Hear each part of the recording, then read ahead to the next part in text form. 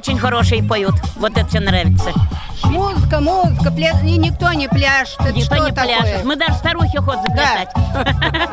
Балалар һәм олылар өчен күңелле биюләр, уен һәм бәйгеләр, ярминкә, сату нокталары. Пановкада авыл көнен билгеләп үттеләр. Пановка борынгы авыл үз башлангычын 1602 елдан ала. Ул вакытлар турында помещик Еремеевның йортыгына хәтерләтә. Әлеге объект мәдәни мирас исемлегенә кертелгән. Авыл җирлегендә бүген 780 кеше яши.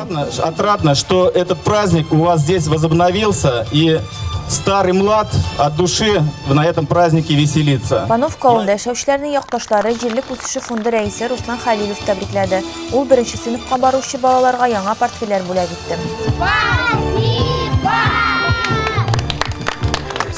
Я бы очень хотел, чтобы Пановка и жители нашей деревни были активом Пестрячинского района, чтобы мы были теми, кто показывает пример всем. Бәйрәмдә төзекләндерү сораулары да күтәрелде. Авыл җирлеге башлыгы Олег Козырев халыкны үзара салым җыю программасында алда да катнашырга әндәде. Киләчәккә планнар белән дә бүлеште. В ноябре месяце мы будем проводить референдум, и мы хотели бы вынести вопрос ремонта дороги по улице Центральной.